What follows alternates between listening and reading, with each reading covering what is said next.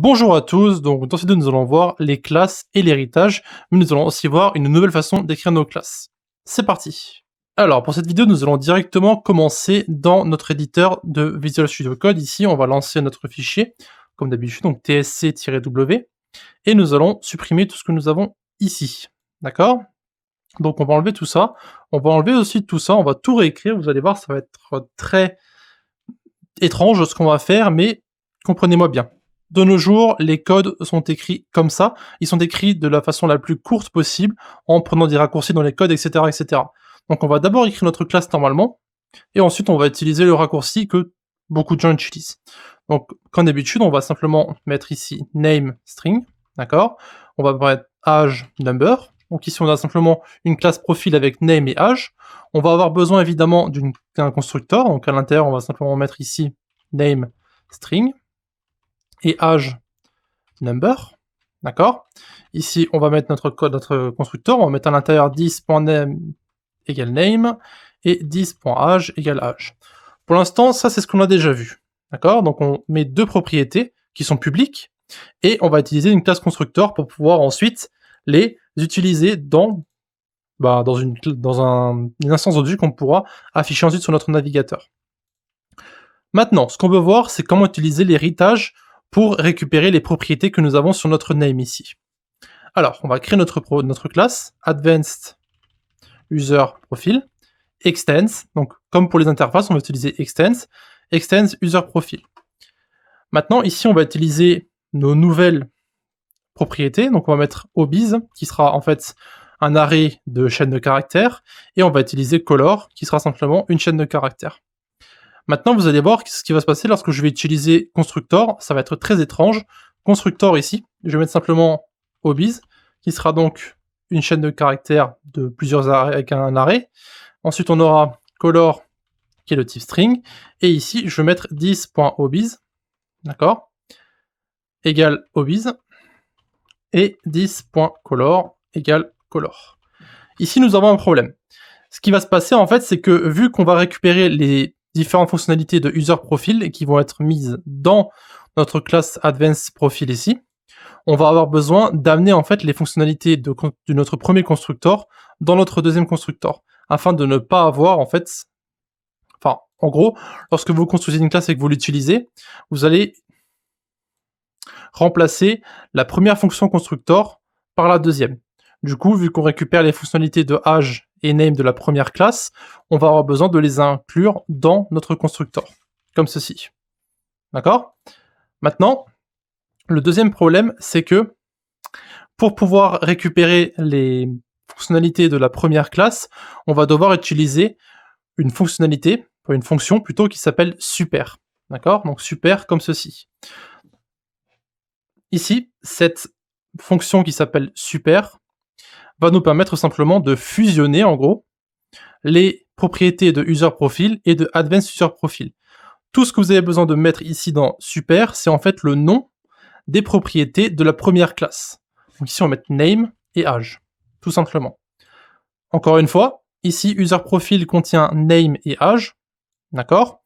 Et bien, tout ce que nous avons à faire ici, c'est ajouter super, ajouter les propriétés de la première classe dans notre constructeur, et mettre le nom de ces paramètres à l'intérieur de notre fonction name et age. C'est tout. Tout ce qu'il y a à comprendre ici, c'est que pour utiliser les propriétés d'une classe qui est parente, vu qu'ici ce sera la classe enfant, vu qu'on extends user profile, eh bien on a simplement besoin de mettre les paramètres à l'intérieur de constructeur des propriétés qui sont dans la première classe.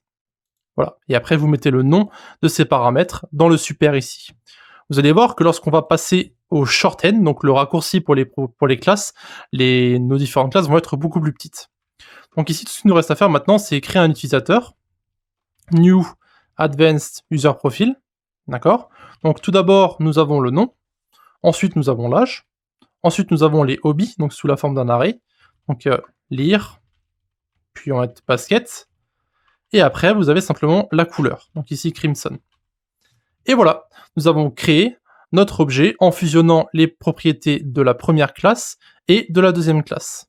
Et maintenant, on peut simplement jouer avec en mettant par exemple console.log, user1.name, et on va afficher aussi user1.hobbies. On va regarder sur notre navigateur ce que ça donne. Vous avez tout d'abord ici mon prénom, et vous avez donc ensuite l'arrêt qui vient de la deuxième classe. Maintenant, avant de se quitter, je vais vous montrer comment écrire ces différentes classes, mais la façon moderne, on va dire, donc qui est raccourcie. Alors, ça va être très étrange, tenez-vous bien, on va devoir supprimer tout ce que nous avons ici et tout ce que nous avons là.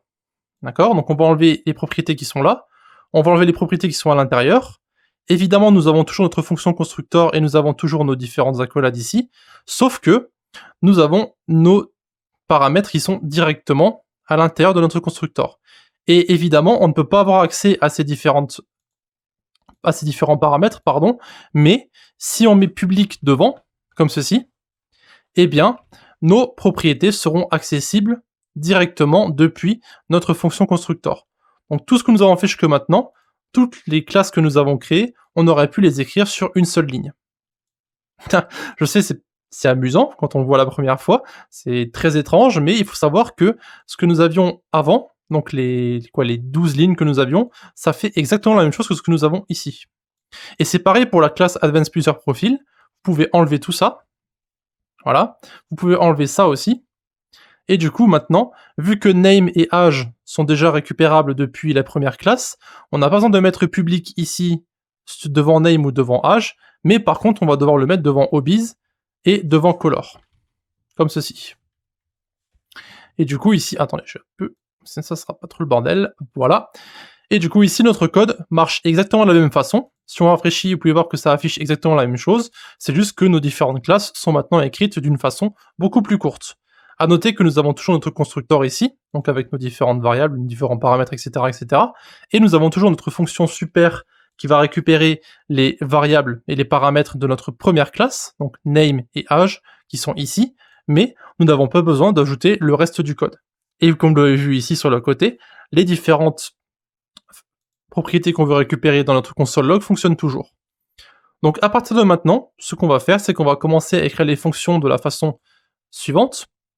Ça permettra d'avoir beaucoup moins de place dans notre code. Beaucoup plus de place, pardon, dans notre code. Ici, maintenant qu'on a vu tout ça, l'héritage, les classes, etc., vous allez pouvoir voir le code JavaScript.